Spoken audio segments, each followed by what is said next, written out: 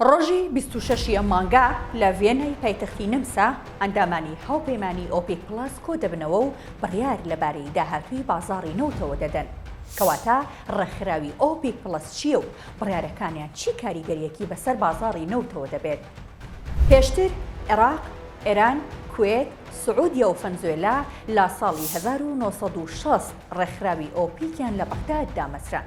ئەوەش بە ئامانجی هەماهەنگی سیاسەتەکانی نەوت و دەسەبەرکردنی نرخێکی دادپەروەرانە و جێگیر.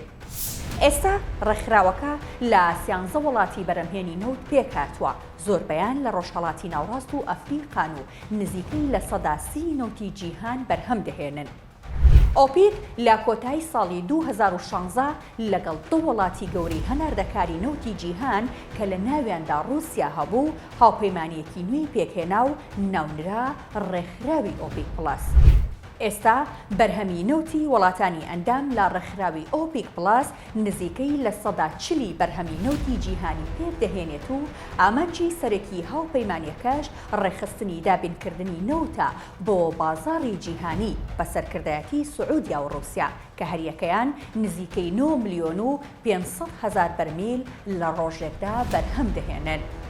بەرهەمی وڵاتانی ئەندامی ئۆپیک پڵاس کە نزیکەی لە سەدا 60 بازرگانی نەوتی جیهانی پێک دەهێنێت، ئەوەش بە گوێرەی مەزەندەی ساڵی 2021 خاوەنی زیاتر لە سەدا 80 یەدەگی سەلمێنراوی نەوتی جیهانی شت.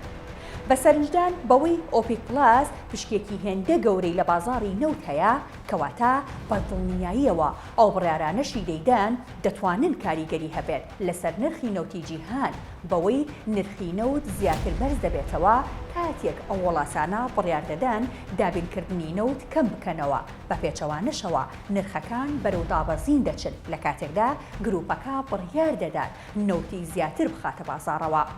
لە دوایین کۆبوونەوەی ئۆپیک پڵاس لە مانگی حوزەیرانی ڕابردوودا سعودیا وەک ئەندامێکی سەرەکی هاوپەیمانیەکە بەڵێنیدا لە مانگی تەمووزدا بەرەمهێنانی 1 ملیۆن بەرمیل لە ڕۆژێکدا کەم بکاتەوە کە گەورەترین ڕێژەیە لە کەمکردنەوەی هەمەلایەنەی هاوپەیمانی ئۆپیک پڵاس بۆ سنووردارکردنی دابینکردنی نەوت تا ساڵی 2024. سەرەڕای ئەو بڕیارە و بڕیارەکانی کۆبوونەوەی ڕابردوو، بەڵام ڕۆژی 16 ئەم مانگا نرخی نەوت بە نزیکەی لە سەدا 5 دابەزی و گەیشتە نزمترین ئاستی لە ماوەی 4 مانگدا. ئەمەش لە کاتێکدایە نیگەرانیەکان لەبارەی گەشەی ئابووریەوە زیاتر بوون و ڕەنگە ئۆپیک پڵاس بۆ ڕێگری لە دابەزینی زیاتری بەهای نەوت بڕیاری نوێ لەبارەی سنووردارکردنی نەوتەوە بدات.